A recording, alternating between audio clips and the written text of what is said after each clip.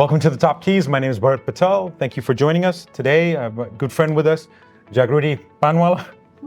I was going to say Patel. Jagruti Panwala, who was the first chairwoman of AAHOA. And we were downstairs in the lobby talking for a minute. Let's tell the audience a little bit more about yourself and how you ended up in the industry. Yeah, so thank you, Bharat, for having me here today. Kind of reminds me of old times when we did a lot of work together, especially in AAHOA as officers working together. My story is I started in this industry very young, right? Like many of the Indian American hoteliers, I consider myself first and second generation. I started at age 22, right. Really an accidental hotelier. I ended up purchasing my first property from somebody who was just struggling in business, and I didn't have any liquidity, so we ended up doing lease to purchase option, which was super famous years and years and years ago. And this was in Philadelphia or Mid-Atlantic, Pennsylvania? In Philadelphia. So age 22, so now I've been in the business for 27 plus years now. And my first AAHOA convention that I attended was in 2001 in Atlantic City, which I'll never forget, because I remember just my eyes were wide open, because I always felt like when I bought a hotel, which was in 1999, that I was alone, that nobody was doing what I was doing, crazy acquisition at such a young age. But then I saw thousands and thousands of hotel owners.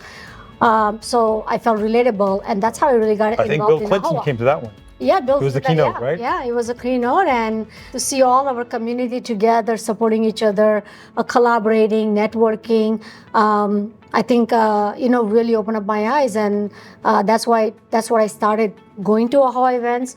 Eventually, as you know, I became a chair of AAHOA in 2019, and continuously, be involved in AAHOA, because we were just talking downstairs. Once you're in AAHOA, right, there's no acts. You're not living AAHOA, right? The AAHOA becomes really part of you, because it's not just a business organization. It's such an amazing community where we're all here to support each other, and that's the way I look at AAHOA. It's just a very small community. And so, speaking of the small community, when you first started, there weren't many women coming to these events. Yeah. So, how did you get more involved? You became a regional, you joined the board, and then you ran for office. And, we can talk about Nashville and San Diego, tremendous convention. So tell us a little bit about how you got started and how you convinced all these other ladies to start joining. Yeah, it really takes a village. And I think you'll hear it from many people, especially when it comes to AAHOA, right? It's not a one person doing something. It's about the entire team working together. So when I first decided to join AAHOA as a board member in 2011, I believe, in Las Vegas, I really didn't know much about AAHOA. I just knew there was a great community and I wanted to be a part of it. But I noticed very early on that the female participation, even though the membership was 50-50, right, the female participation was like less than 10%. So which really shocked me. So along with me, many other female leaders like Nancy Patel and Lena and Trusha and Helen Zaver, many of us had the one goal in mind is how do we bring more women participation at the conferences. This was just the beginning of what we were trying to do. We started organizing a lot of town hall meetings for women-based specific. So we started asking questions instead of us just talking, asking questions, what is it that you're looking for, right? And we ultimately realized one thing, key part is the ownership, right, is what the female entrepreneurs were lacking, because they were doing all the day-to-day operations, running the hotels. They knew in and out, right, more than their husband. The backbone of the operation. But they actually knew more than even their husband, right, about the hotels, what's happening with the employees, even the data, the numbers. It's just that they were not signing on the dotted line, right? So over the years, with so many female leaders coming into the association, I think that's something I'm super proud of progress. Even if you see at the Lending Con right now, you see a good amount of percentage, right? I would say at least 30% of the attendees are female here. Right. So it's great to see that engagement.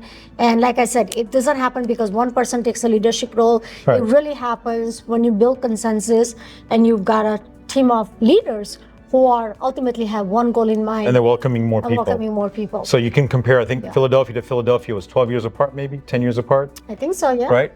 So what did you see the difference?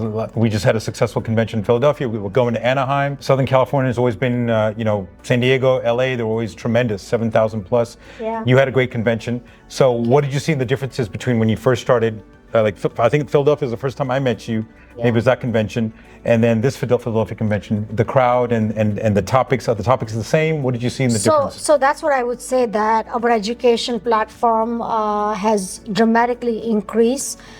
Because I felt in the beginning, and it's no fault of anybody, right? We're all learning. Sure. And evolving. Is evolving, right? So as we became more professional as an association over the years, right, there were less cultural and community discussion versus what hoteliers actually need to run their operation as efficiently as possible. Right. How do you work with a brand? You can have disagreement with the brand, but how do you actually make things work with them?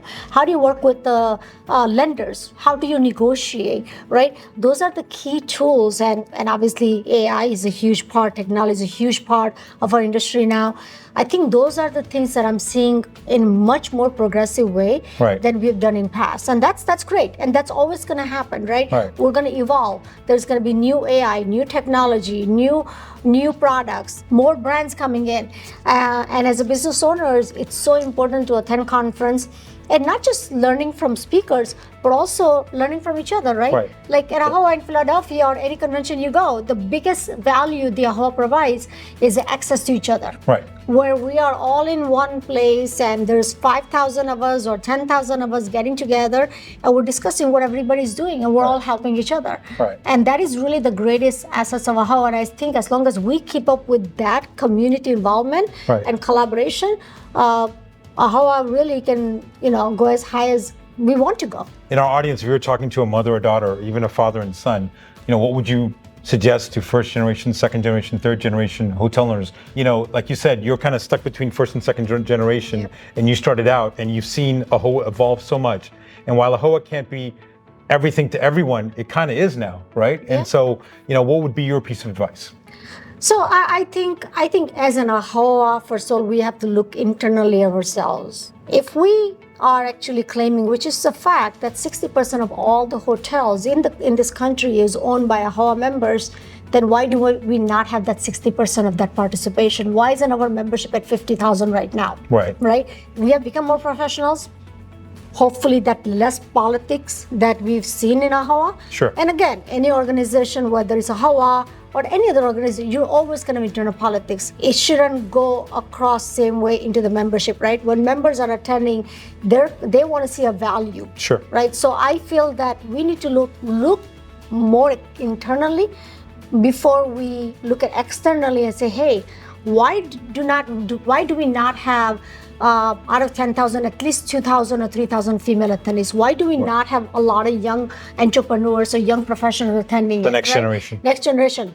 And think about it in our mind that what are we doing wrong? Are we providing the value? Right? And I think more value you provide of that networking, of the subject, the topics, the educational component of it, more connection with brands. Hey, look, it's an evil that we all say, okay, but so it is a marriage, right? At the end of the day. And how do we do it successful in a way that when our members are attending a conference, they're seeing a strong front and they're here for advocating for hotel owners, right? So I think that I look at it in both ways. I think more value provided, the more members will show up and more people will become members. It's just a natural thing. So as we wind up, what else? You kind of had three stages. You got into the business, you joined AAHOA, then you joined the board, then you became chair.